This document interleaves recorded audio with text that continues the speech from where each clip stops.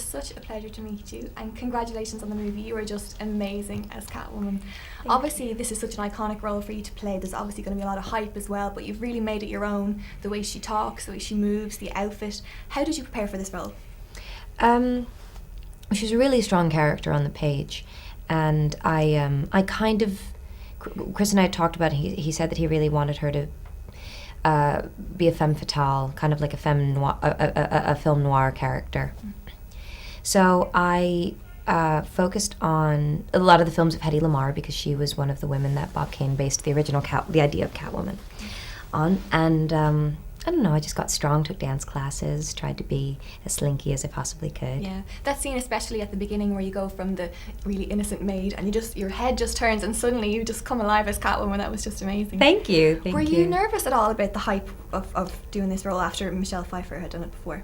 I think it's such a testament to Chris and the strength of this franchise that he's made that I really wasn't. I mean, Michelle was brilliant. Like, everyone, God, it's such an incredible performance, but her performance was so grounded in Tim Burton's Gotham, and I knew that, like Heath's Joker, like Christian's Bruce, they were so grounded in Chris's Gotham. So I didn't actually. I felt very protected. Yeah, you just left it up to Chris to trust him. I did, because it's hard. It's you would think that the longer you do this, the easier it would be to trust people, but in some ways it's harder.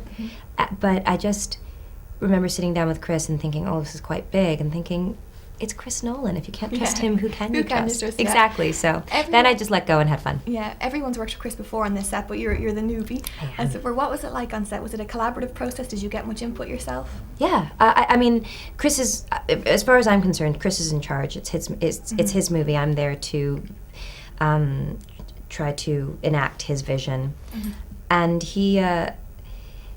But I was free to bring him ideas. It was very open. He didn't stand on ceremony. He wasn't precious about whose idea anything was. He was so much fun to work with. And he was really, really great. And if you were, maybe struggling with something or a little lost, he would give you a few passes to work it out yourself. But then he's a very economical filmmaker, so then he would just come up to you and maybe ask you the perfect question, and all of a sudden your brain exploded with ideas. And the next tape was usually the one that he liked. The perfect one, yeah. I have to ask you about the outfit, and I'm sure everybody's asking you all day long, but it looks sexy as hell. Oh, Thank you. Really pull it off, but it probably wasn't that comfortable to run around with the heels, everything, or was it? It was. I loved it. Honestly, it was fun. I really. I think I worked less than 50. The shoot was 124 days. I think I worked less than 50, and I think about half of those were in the suit. I just decided to have fun with it. I wasn't going to sit there and whine about. Do you feel quite powerful when you put it on? Do you feel like Catwoman? It wasn't really about that. Because it's not. This version of her is not that she puts it on to feel something. She puts it on to do her job. She has very, very good reasons for why there's very good reasons for why it is the way it is. So it wasn't really about that for me. You'd expect it would be, but it was more about how serious she was when she was in it. Yeah. You've gone from One Day, which I have to say broke my heart, which is romantic, to this, which is all action, and then you've got Les Mis coming next, which is something altogether different. And it's a very eclectic mix. Is that something that just fell that way, or have you made a decision that you want to shake things up like this now?